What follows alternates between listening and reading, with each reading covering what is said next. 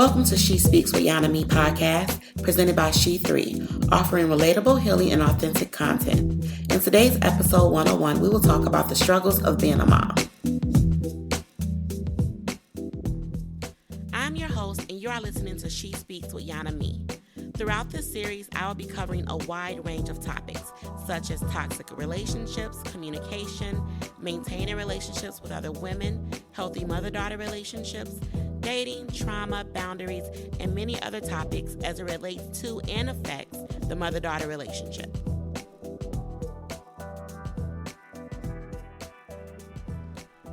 Motherhood is a different experience for everyone.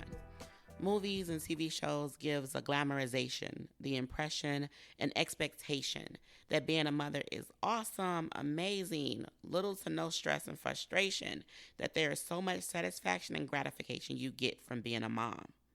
For many women, it is a joyful experience, and for many other women, it's not. There are many different reasons and situations a woman enters motherhood, be it willingly, unexpected, or forced through trauma. The reasons and situations you've entered motherhood has a strong effect on how you mother your kids. The experiences you have as a child with your own mom affects how you mother your kids. Your ideas of what being a mother is comes from the mother you had or the mother you wish you had. My ideas of being a mother came from my relationship with my own mom, as well as TV shows and movies that I watched. All women parenting styles are influenced by the mother they had or the mother figure who raised them. Every woman I know has said, I'll never do this like my mom did, or I'll never treat my kids like my mom treated me, or I'll never talk to my kids the way that my mom talked to me, and so on. And many times, she becomes a mother that repeats almost exactly the same things her mother did. Think about some of the things you said you would never do when you had kids, and then ask yourself, are you repeating the same behaviors, the same actions? How much of your mom is in you when you speak to your kids? So some of the things I said that I would never do as a mom is I wouldn't make my kids stay in the house and not be able to go anywhere. I would allow them to ask me why, and I would also let them say the word lie, right? So let's start with lie. Lie is considered a curse word in many of the African American households. I can't really speak for any other household because I'm African American. So that's all I know. We weren't allowed to say the word lie. It was considered disrespectful, and it was too strong of a word for kids to use. Well, that one I actually stuck with, and I don't allow my kids to say lie. Even though I know it's not a curse word, it's not a bad word, it's absolutely okay to say. It's a struggle of mine. And so we just say tell a story instead. As it relates to asking the question of why, we weren't allowed to ask why. If my mom told us that we couldn't do anything, or you couldn't go here, or you couldn't have this, I wasn't allowed to ask why, because why was considered disrespectful. And you will always get the answer because I said so, right? Sounds pretty familiar, doesn't it? So I allow my kids to ask why. That's the one thing I did do differently, for sure, is I let them ask why. I feel like growing up that way, once I got into adulthood, I didn't ask the right questions, and I was scared to ask why. So I ended up doing things that I didn't want to do and just what people told me to do because they said it, and I was afraid to ask why, and I was also afraid to say no. Because as a kid, you have to do what you're told to do regardless of if you want to or not. And so those two things played a really big role in my transition from a child to an adult. And so that was something I said I would do differently, and I have. The other thing that I said I would never do is I would never not let my kids go somewhere. Now, this was an even bigger struggle for me. My mom didn't let me go anywhere, right? Like I said, I couldn't go to school dances. I couldn't participate on any of the sports teams because they got me home too late, right? And she had this big fear. I don't know what caused her fear, but she had a really big fear. I didn't know what caused it back then. Now I know. And so in a later episode, I'll talk more about that and about trauma and parenting and how it affects your kids. So I wasn't allowed to go anywhere or do anything. So when I had my own kids, they have friends whose houses they want to spend a night over, and it's been a really hard tug of war with myself. But I've been able to manage it overcome it for the most part and let them go and enjoy themselves with their friends, whether it be spending the night, going to the mall, and just those different things. But it took some time because what I was used to growing up was being told, no, you can't go. I spent many a times just in the house, watching TV, writing in my journal, looking at the ceiling, sitting on a porch, or talking on the phone with my friends because that was as much as I could do. I talk to my mom all the time about how she grew up, and we talk about how she raised us. I asked her, hey, mom, how was it when you were being raised by grandma? What were some things that she did? How did that influence you being my mom? And I asked her, was my grandma a cusser? My mom is a cusser, right? And so am I. But I'm doing good with decreasing my cussing. But she's a cusser. And she doesn't mean anything by it, but she just uses a lot of profanity. And I learned to use a lot of profanity, and that is something hard to shake as well. So whether you go towards it or you run from it, regardless of anything, how you were raised greatly influences how you raise your kids, good or bad. I spoke earlier about women who enjoy parenthood and women who do not enjoy parenthood. So this is a really, you know, sensitive area for some people. And it's also a topic that some women find it very hard to understand, right? So I will have to admit I had my own biases and I was stuck in a certain way of thinking. I couldn't understand why a close friend of mine felt a certain way about being a mother. She didn't enjoy it. She doesn't enjoy it. But back then, it was really hard for me to grasp, because I enjoy being a mom, right? I love it. Everything about it. I love being a mom. Even on my most hectic days, my most stressful days, dealing with a grown daughter, a teenage daughter who have attitudes out of this world, and we clash, and I just want to shake the mess out of them. I still love being a mom, and I still love being their mom. So when me and her would have discussions about how she felt about motherhood, it was really hard for me. And I had to get past and get out of my own way of thinking when it came to it.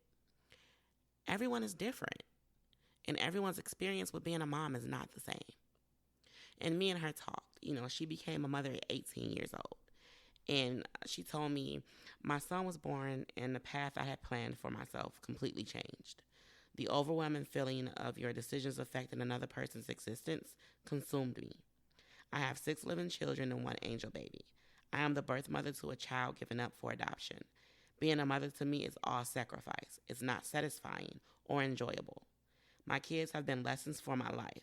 No doubt I made the best decisions possible because of the undying love and loyalty I feel for these kids. And I get it. I completely get it now, even though I didn't get it back then. It took a while of just interacting with other mothers and realizing other people's circumstances. Your circumstances affects how you feel about being a mom. If you're not in the best position to be a mom, be it emotionally, physically, or financially, being a mom will become draining and frustrating and tiresome and a task or a job that you don't really want to do, but you have to do because who else is going to do it for you? And the thing is, no one really talks about the fact that motherhood is not enjoyable for everyone. No one talks about the sacrifices women have to make when they become mothers. No one wants to talk about motherhood in a negative way because, a lot of people, feel like, well, being a mother is a blessing and your kids didn't ask to be here and you should be happy that you're able to have kids, and there's people who can't have kids. And although all of this is indeed true, as far as there is women who can't have kids that wish they could have your kids and, things around that of that nature, it's also true that motherhood is not always enjoyable. You have someone depending on you for everything, and you have to think about the decisions that you're going to make and hoping that it doesn't ruin them. and damage them in any way. And those are really big burdens to carry. And when you don't enjoy being a mother, how do you think that affects your kids? What do you think they get from that? How do you think they feel?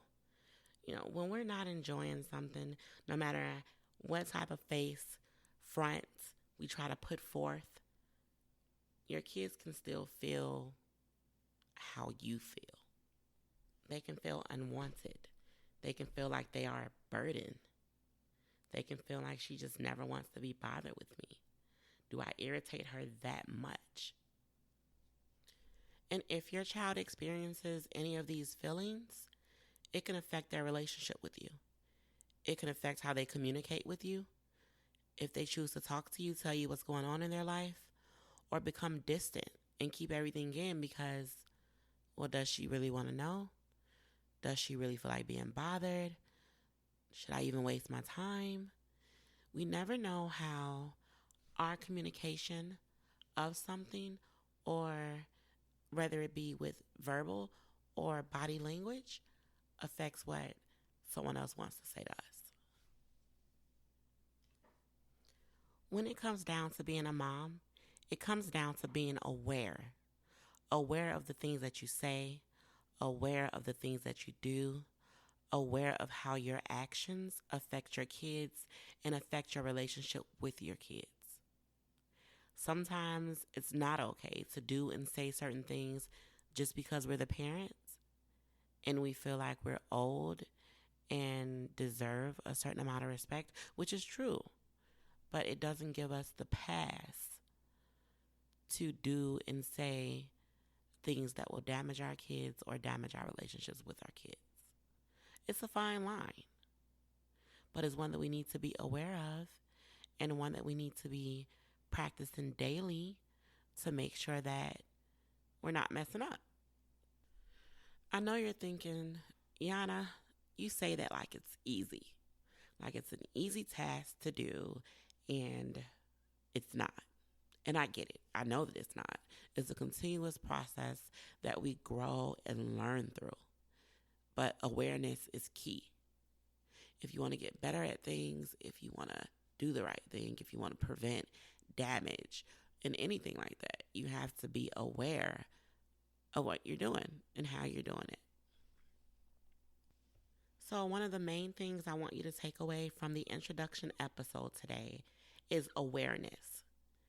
Making the effort to become self-aware, becoming aware of the decisions that you make, the conversations that you have, the actions that you take, and how they may or currently is impacting your relationship with your child. A mother holds the most significant influence in their children's lives. They are their kids' first teacher in all areas. The relationship's impact is huge. Next week's episode, we'll be talking about generational parenting and its effects on the mother-daughter relationship. Thank you for sticking it out and tuning in, listening to She Speaks with Yana Me.